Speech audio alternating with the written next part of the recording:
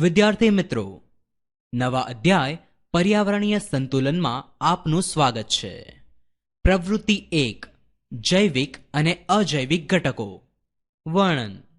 નીચે દર્શાવેલ હેતુ અને સાધનોની નોંધ કરો. હેતુ: પર્યાવરણના જૈવિક અને અજૈવિક ઘટકોનું અવલોકન કરવું. પદ્ધતિ: વધુ જાણવા અને આગળ વધવા માટે પીળા ઝબકતા ટપકા પર ક્લિક કરતા રહો. જૈવિક અને અજૈવિક ઘટકો.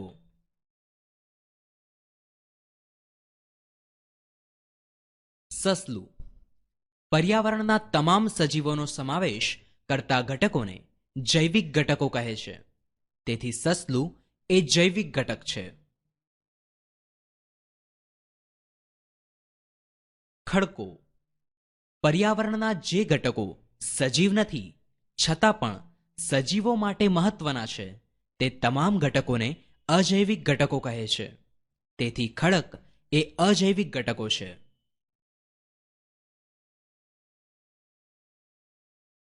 પર્વતો. પર્વતો એ અજૈવિક ઘટકો છે. બગલો. બગલો એ જૈવિક ઘટક છે. પાણી. સજીવોના અસ્તિત્વ માટે પાણી સૌથી જરૂરી છે. પાણી એ અજૈવિક ઘટક છે.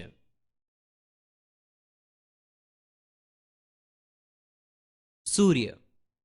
પ્રકાશ, ઉર્જા, તાપમાન વગેરે સજીવોને જીવવા માટે સૌથી વધારે ઉપયોગી છે, ખાસ કરીને વનસ્પતિ માટે. આપણે સૂર્યમાંથી તે મેળવીએ છીએ. સૂર્ય એ અજૈવિક ઘટક છે.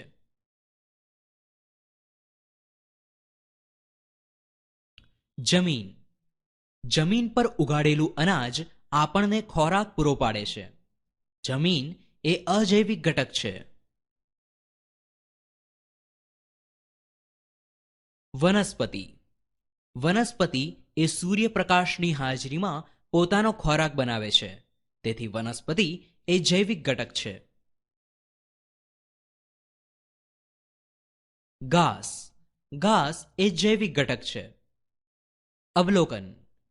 ક્રમ 1, જૈવિક ઘટકો સસલું, અજૈવિક ઘટકો સૂર્ય. ક્રમ 2, જૈવિક ઘટકો વનસ્પતિ, અજૈવિક ઘટકો પર્વતો. ક્રમ 3, જૈવિક ઘટકો બગલો, અજૈવિક ઘટકો ખડકો. ક્રમ 4, જૈવિક ઘટકો ઘાસ, અજૈવિક ઘટકો પાણી. ક્રમ 5, અજૈવિક ઘટકો જમીન. જૈવિક ઘટકો. પર્યાવરણના તમામ સજીવોનો સમાવેશ કરતા ઘટકોને જૈવિક ઘટકો કહે છે. દાખલા તરીકે મનુષ્ય, પશુ, પંખી, જીવજંતુ, કીટકો અને વનસ્પતિ વગેરે. અજૈવિક ઘટકો. પર્યાવરણના જે ઘટકો સજીવ નથી છતાં પણ સજીવો માટે મહત્વના છે તે તમામ ઘટકોને અજૈવિક ઘટકો કહે છે. દાખલા તરીકે હવા, પાણી, પ્રકાશ, જમીન વગેરે. પર્યાવરણના જૈવિક અને અજૈવિક તમામ ઘટકો કોઈને કોઈ બાબતે એકબીજા સાથે સંકળાયેલા છે અને આ તમામ ઘટકો સજીવો માટે મહત્વના છે. જૈવિક અને અજૈવિક ઘટકોનું વર્ગીકરણ. હરણ. હરણ એ જૈવિક ઘટક છે. કરોળિયો. કરોળિયો એ જૈવિક ઘટક છે, જ્યારે કરોળિયાનું ઝાડું એ અજૈવિક ઘટક છે. ગરોળી. ગરોળી એ જૈવિક ઘટક છે. પાણી. પાણી એ અજૈવિક ઘટક છે. ઘાસ. ઘાસ એ જૈવિક ઘટક છે.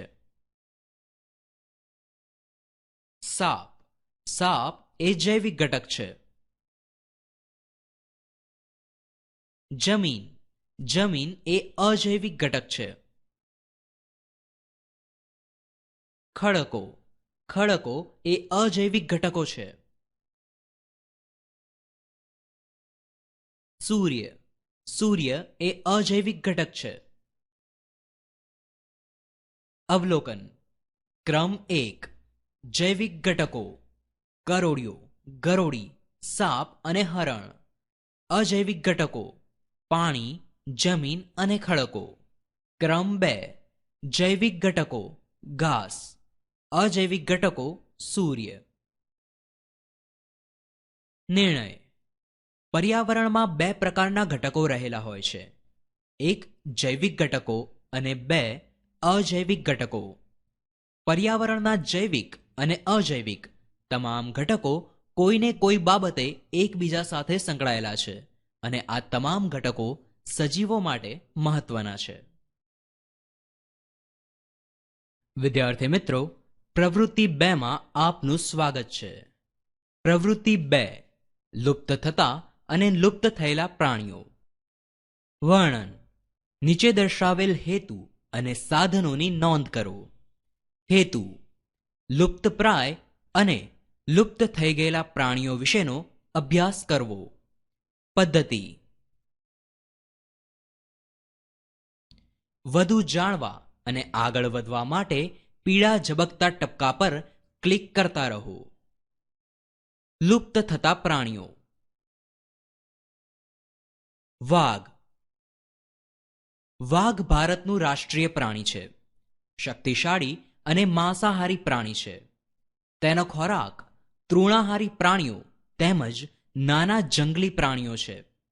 તેનું ચામડું, નહોર તેમજ શરીરના અન્ય અંગોનો ઉપયોગ થતો હોવાથી તેનો શિકાર કરવામાં આવે છે. તેથી વિશ્વમાં તેમજ ગુજરાતમાં આ પ્રાણીનું અસ્તિત્વ જોખમમાં છે. સિંહ. સિંહ ખૂબ જ સશક્ત માંસાહારી પ્રાણી છે. તે ગુજરાત રાજ્યનું રાજ્ય પ્રાણી છે. તે જંગલી પ્રાણીઓનો શિકાર કરી ખોરાક મેળવે છે અને તેમની સંખ્યાનું સંતુલન જાળવવામાં મદદરૂપ થાય છે. સિંહને વનનો રાજા કહેવામાં આવે છે. તેમની વસ્તી પણ કેટલાક કારણોસર ઘટી રહી છે. એશિયાઈ સિંહ ફક્ત ગુજરાતમાં ગીરના જંગલોમાં જોવા મળે છે. શાર્ક. સફેદ શાર્ક દુનિયાની સૌથી હિંસક માછલી છે. તેને 300 દાંત હોય છે, છતાં પણ તે ખોરાક ચાવતું નથી. તેના મોં વડે શિકારને ચીરીને આખે આખો ગળી જાય છે. લુપ્ત થઈ ગયેલા પ્રાણીઓ. જંગલી વરુ, ડાયનાસોર અને કદાવર હાથી. પ્રાણીઓ લુપ્તપ્રાય થવાના કારણો. જંગલોનો સતત નાશ થતો હોવાથી તેમના રહેઠાણો છીનવાઈ ગયા છે. પરિણામે તેમને રક્ષણ મળતું નથી અને સહેલાઈથી તેઓ શિકારીઓનો ભોગ બને છે. અન્ય નાના જંગલી પ્રાણીઓની સંખ્યા પણ જંગલોનો નાશ થવાથી ઘટી રહી છે. તેથી વાઘ, સિંહ જેવા માંસાહારી પ્રાણીઓને ખોરાકની અછત ઊભી થાય છે. ઘોંઘાટવાળા પ્રદૂષિત વાતાવરણથી તેમની આરોગ્ય જાળવણી તેમજ સંવનન માટે પ્રતિકૂળતા ઊભી થાય છે. આવા કારણોસર આ પ્રાણીઓની સંખ્યા ઘટી રહી છે કે નામશેષ થઈ ગઈ છે. નિર્ણય. આમ આપણે લુપ્તપ્રાય અને લુપ્ત થઈ ગયેલા પ્રાણીઓ વિશેનો અભ્યાસ કર્યો. પર્યાવરણીય સંતુલન. વર્ણન. નીચે દર્શાવેલ હેતુની નોંધ કરો. હેતુ: લુપ્તપ્રાય થતા વિવિધ પક્ષીઓ વિશેનો અભ્યાસ કરવો. પદ્ધતિ: લુપ્તપ્રાય પક્ષી પ્રજાતિઓ. સારસ, ગીધ, ઘોરાડ, ચકલી. સારસ. ભારતનું કદમાં સૌથી મોટું પક્ષી સારસ છે. આ પક્ષીની નર માદાની જોડી જીવનભર સાથે રહે છે અને બેમાંથી એક મૃત્યુ પામે તો બીજું વિલાપ કરતા ઝૂરી ઝૂરીને મૃત્યુ પામે છે.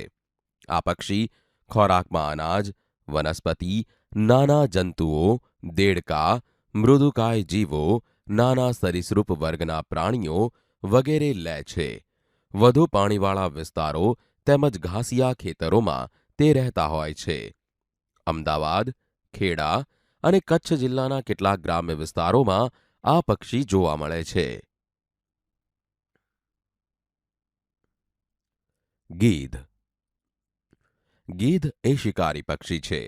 વિશ્વમાં ગીધની 15 જાતિઓ જોવા મળે છે. ગુજરાતમાં 6 જાતિના ગીધ જોવા મળે છે. ગીધ ખોરાકમાં પ્રાણીઓના મૃતદેહોનો ઉપયોગ કરે છે, જેથી પર્યાવરણમાં ગંદકી દૂર થાય છે. કોઈ એક જ સ્થળે નિયમિત ખોરાક મળતો ન હોવાથી તે એક જ સ્થળે જોવા મળતા નથી. દક્ષિણ ગુજરાતમાં સુરત, વલસાડ અને ડાંગ જિલ્લાઓમાં તેની વસ્તી જોવા મળે છે. ગીધની સંખ્યા ઘટતી જતી હોવાથી તેને લુપ્તપ્રાય થતી જાતિ જાહેર કરેલ છે. ઘોરાડ. સામાન્ય રીતે ઘાસિયા પ્રદેશોમાં રહે છે. કચ્છના અખાતના ખારા પાણીના ઘાસવાળા વિસ્તારોમાં આ પક્ષી વધુ જોવા મળે છે. ઘોરાડ રાજસ્થાનનું રાજ્ય પક્ષી છે. વિશ્વ સ્તરે આ પક્ષીની સંખ્યા સતત ઘટતી હોવાથી તેને ભયગ્રસ્ત જાહેર કરવામાં આવ્યો છે. ઘોરાડના સંવર્ધન અને રક્ષણ માટે ગુજરાતના કચ્છમાં લાલા ઘોરાડ અભયારણ્ય સ્થાપવામાં આવ્યું છે. ચકલી. ચકલી સામાન્ય રીતે ગ્રામ્ય વિસ્તારોમાં વધુ જોવા મળતી હોવાથી તેને દેશી કે ગામઠી ચકલી કહે છે. તેનો ખોરાક અનાજના દાણા, ઈયળો કે જીવજંતુઓ છે. તે ખેતરોમાં પાકને નુકસાન કરતા જીવજંતુઓ, ઈયળો, તીડ વગેરેનો ખોરાક તરીકે ઉપયોગ કરે છે. આ રીતે પાક સંરક્ષણમાં મદદરૂપ બને છે. તેથી તેને ખેડૂત મિત્ર કહેવામાં આવે છે. ચકલીની સંખ્યા પણ સતત ઘટતી જઈ રહી છે. પક્ષી જાતિઓ લુપ્તપ્રાય કે ભયગ્રસ્ત થવાના કારણો. વધુ પડતા વૃક્ષોનો નાશ થવાથી પક્ષીઓને રહેઠાણ અને ખોરાક મળતો નથી. યોગ્ય પ્રાકૃતિક વાતાવરણ, જલજ વિસ્તારનો અભાવ તેમજ વધુ પડતા ઘોંઘાટને કારણે સંખ્યામાં ઘટાડો થાય છે. ઔદ્યોગિકરણ તેમજ હવા, પાણી અને જમીનના પ્રદૂષણને કારણે તેમનું આરોગ્ય જોખમાય છે. ખેતરોમાં વપરાતા રાસાયણિક ખાતરો તેમજ જંતુનાશક દવાઓના ઉપયોગથી ઝેરી બનેલો ખોરાક ખાવાથી તેઓ મૃત્યુ પામે છે. વિદ્યાર્થી મિત્રો, હવે આપણે નિર્ણય લઈશું. આમ આપણે લુપ્તપ્રાય થતા વિવિધ પક્ષીઓ વિશેનો અભ્યાસ કર્યો. પક્ષીઓની ઉપયોગિતા. વર્ણન. નીચે દર્શાવેલ હેતુની નોંધ કરો. હેતુ: પર્યાવરણને પક્ષીઓ કેવી રીતે મદદરૂપ થાય છે તે સમજવું. પદ્ધતિ: પક્ષીઓની ઉપયોગિતા. સુંદર પક્ષીઓ. સારા ગાયક પક્ષીઓ. કુદરતમાં બીજનો ફેલાવો કરતા પક્ષીઓ. શિકારી પક્ષીઓ. ભયથી સાવધાન કરતા પક્ષીઓ. પર્યાવરણનું સંતુલન જાળવવામાં ઉપયોગી પક્ષીઓ. સુંદર પક્ષીઓ: મોર, દૂધરાજ, રાજાલાલ, પીળક, પોપટ, સોનેરી, પીઠની, લક્કડખોદ વગેરે સુંદર પક્ષીઓ છે. સારા ગાયક પક્ષીઓ. કોયલ, દૈયડ, શામા, ચંડુલ, હીલમેના, બુલબુલ વગેરે સારા ગાયક પક્ષીઓ છે. કુદરતમાં બીજનો ફેલાવો કરતા પક્ષીઓ. વૈયા, બુલબુલ, ચિલોત્રો, ટુકટુકિયું, કબૂતર, હરિયલ વગેરે કુદરતમાં બીજનો ફેલાવો કરતા પક્ષીઓ છે. શિકારી પક્ષીઓ. શકરો, બાજ, ઘુવડ, ગરુડ, સમડી, ગીધ વગેરે શિકારી પક્ષીઓ છે. ભયથી સાવધાન કરતા પક્ષીઓ. કાળિયો કોશી, બેલા, ખેરખટ્ટો, ટીંટોળી, કાબર, બુલબુલ, જંગલી કુકડો વગેરે ભયથી સાવધાન કરતા પક્ષીઓ છે. પર્યાવરણનું સંતુલન જાળવવામાં ઉપયોગી પક્ષીઓ. ગીધ, બાજ, કાગડો, સમડી વગેરે પર્યાવરણને સ્વચ્છ રાખવામાં મદદ કરે છે. તો વિદ્યાર્થી મિત્રો, હવે આપણે નિર્ણય લઈશું. આમ આપણે પર્યાવરણમાં પક્ષીઓની ઉપયોગિતા સમજ્યા. વિદ્યાર્થી મિત્રો, પ્રવૃત્તિ 5માં આપનું સ્વાગત છે. પ્રવૃત્તિ 5: લુપ્ત જળચર પ્રાણી વેલ શાર્ક. વર્ણન.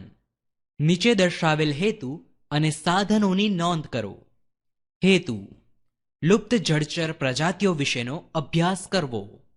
પદ્ધતિ: વધુ જાણવા અને આગળ વધવા માટે પીળા ઝબકતા ટપકા પર ક્લિક કરતા રહો. નાશપ્રાય જળચર પ્રાણીઓ. Whale shark.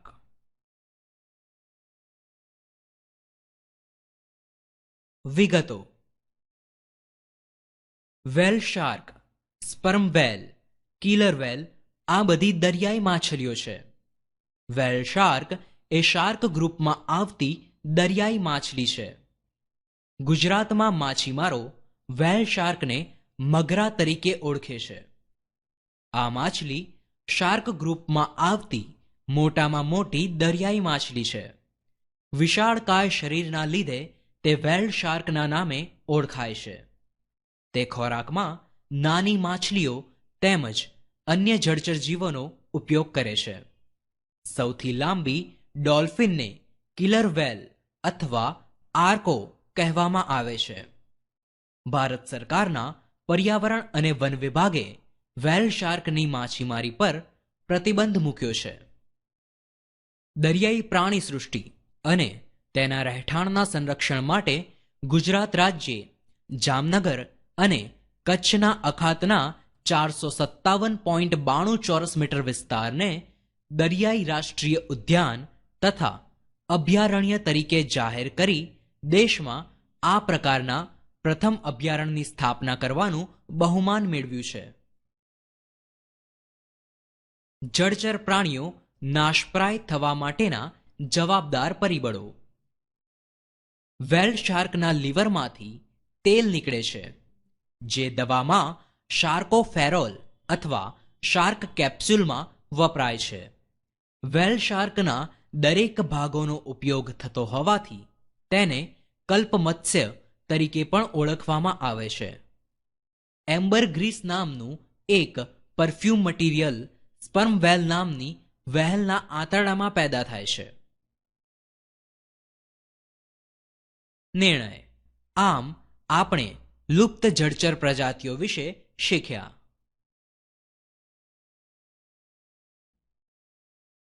વિદ્યાર્થી મિત્રો, પ્રવૃત્તિ 6 માં આપનું સ્વાગત છે. પ્રવૃત્તિ 6: લુપ્ત વનસ્પતિ પ્રજાતિ ચેરનું વૃક્ષ. વર્ણન: નીચે દર્શાવેલ હેતુ અને સાધનોની નોંધ કરો. હેતુ: લુપ્ત વનસ્પતિ પ્રજાતિ વિશેનો અભ્યાસ કરવો. પદ્ધતિ: વધુ જાણવા અને આગળ વધવા માટે પીળા ઝબકતા ટપકા પર ક્લિક કરતા રહો. લુપ્ત વનસ્પતિ પ્રજાતિ. ચેરના વૃક્ષ. ચેરના વૃક્ષો ખારાશતા, ઓછો પ્રાણવાયુ, ઓછા પોષક તત્વો તેમજ દરિયાઈ મોજાની અસરો જેવી પરિસ્થિતિઓમાં ટકી રહેવાની ક્ષમતા ધરાવતા હોવાથી દરિયા કિનારાના ખારાશવાળા વિસ્તારોમાં વધુ જોવા મળે છે. ચેરના વૃક્ષ. વિગતો: ચેર વૃક્ષનું લાકડું બળતણ તરીકે નાના કબાટ બનાવવામાં, બારીબારણા, ફ્રેમ પટ્ટીની બનાવટમાં વપરાય છે. તેની છાલમાંથી તથા લાકડામાં કાપા કરીને ટેનિન નામનું દ્રવ્ય કાઢી શકાય છે, જે ઔષધીય ગુણ ધરાવે છે. ચેરના વૃક્ષો જળવિસ્તાર ક્ષેત્રના પક્ષીઓને માળો બનાવવા તેમજ પ્રજનન માટે ઉપયોગી છે. ચેરની આસપાસની ભૂમિમાં વનસ્પતિજન્ય સેન્દ્રિય કચરો તૈયાર થાય છે. કરમાઈને સુકાઈ ગયેલા ચેરના પાંદડાઓમાં ફૂગ અને બેક્ટેરિયાની વસાહત રચાય છે, જેને એક કોષી જીવો ખોરાકમાં લે છે. તૃણાહારી કીટકો અને ચેર જંગલના કરચલાઓ ચેરના ઝાડના પાંદડાઓ પર નિર્ભર રહે છે. ચેરની અનુપભૂમિ ખૂબ જ ઉત્પાદક વિસ્તાર છે, જ્યાં 1 હેક્ટરમાં અંદાજે વાર્ષિક 8 ટન વનસ્પતિજન્ય સેન્દ્રિય કચરો ઉત્પન્ન થાય છે. ભારતમાં ચેર જંગલના વિસ્તારમાં આશરે 105 જાતની માછલીઓ, 20 જાતની શેલફિશ અને 229 જાતિના કરચલા જોવા મળે છે. ચેરના વૃક્ષોની એશિયા ખંડમાં 44 મુખ્ય જાતો પૈકી ભારતમાં 32 જેટલી જાતો જોવા મળે છે. ભારતીય ઉપખંડના પશ્ચિમ સાગર તટે ચેરની 13 જેટલી જાતો પૈકી કચ્છના અખાતમાં 11 જાતો જોવા મળે છે. લુપ્ત થવાના જવાબદાર પરિબળો. વાવાઝોડાને કારણે ચેરના વૃક્ષો ઉખડી જાય છે. ચેરના વિવિધ ઉપયોગો માટે મનુષ્ય દ્વારા વૃક્ષછેદનની પ્રવૃત્તિના કારણે. આસપાસના પશુપાલકો પશુઓને ચરાવતા હોવાથી રોપાઓને નુકસાન થાય છે. પરિણામે ચેરના વૃક્ષોની સંખ્યામાં ઘટાડો જોવા મળે છે. નિર્ણય. આમ આપણે લુપ્ત વનસ્પતિ પ્રજાતિ વિશેનો અભ્યાસ કર્યો. તો વિદ્યાર્થી મિત્રો, આ પ્રવૃત્તિમાં ચોક્કસથી તમને મજા આવી હશે. ફરીથી આવતી પ્રવૃત્તિમાં મળીએ. ત્યાં સુધી આવજો.